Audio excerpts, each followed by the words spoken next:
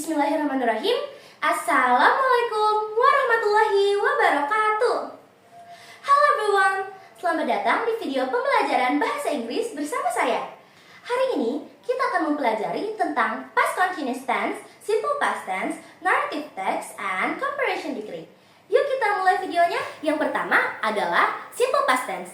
Simple past tense digunakan untuk menyatakan kejadian yang sudah selesai di masa lalu. Rumusnya adalah yang pertama untuk kalimat positif. Untuk kalimat positif itu kita menggunakan subjek plus verb 2 plus objek.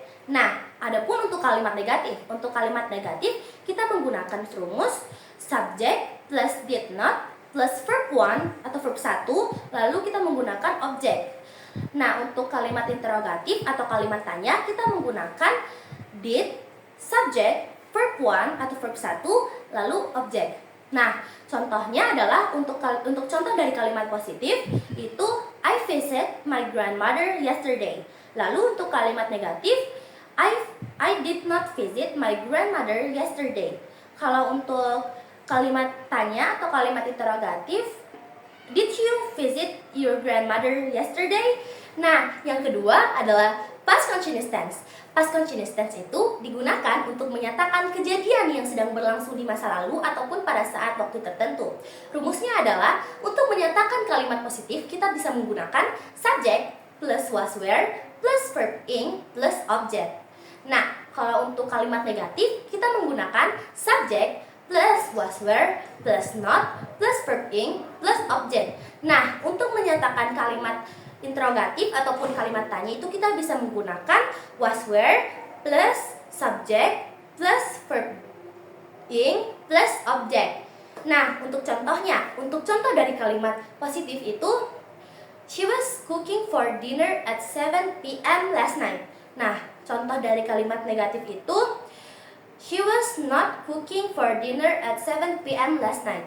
Kalau kalimat tanya contohnya was she cooking for dinner at 7 p.m. last night? Yang ketiga adalah narrative text. Narrative text biasanya gabungan dari simple past tense dan past continuous tense untuk menceritakan kisah yang terjadi di masa lalu. Contoh ceritanya seperti ini. Yesterday, I was walking to the park when I saw an old friend. We talked for a while and remembered our childhood. Suddenly, it started to rain, so we ran to find shelter. Nah, yang keempat ataupun yang terakhir adalah comparison degree. Comparison degree digunakan untuk membandingkan sifat ataupun keadaan. Nah, sebelum itu kalian juga harus tahu kalau comparison degree itu terbagi menjadi 3. Yang pertama adalah positive degree, yang kedua adalah comparative degree, yang ketiga adalah superlative degree. Nah, yang pertama adalah rumus dari positive degree.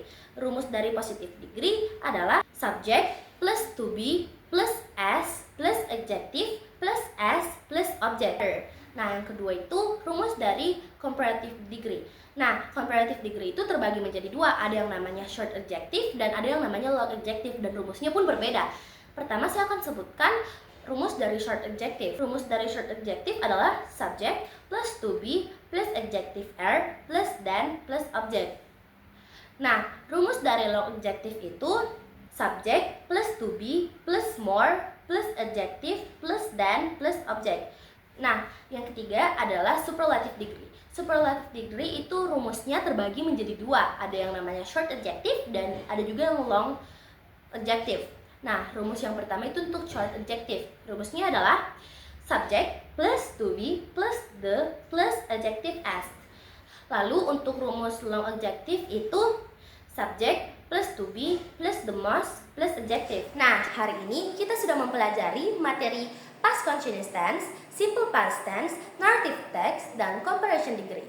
Dan lengkap dengan rumus untuk kalimat positif, negatif, dan interrogatif. Semoga bermanfaat bagi kita semua dan juga semoga kalian dapat memahami. Sekian dari saya. Wassalamualaikum warahmatullahi wabarakatuh.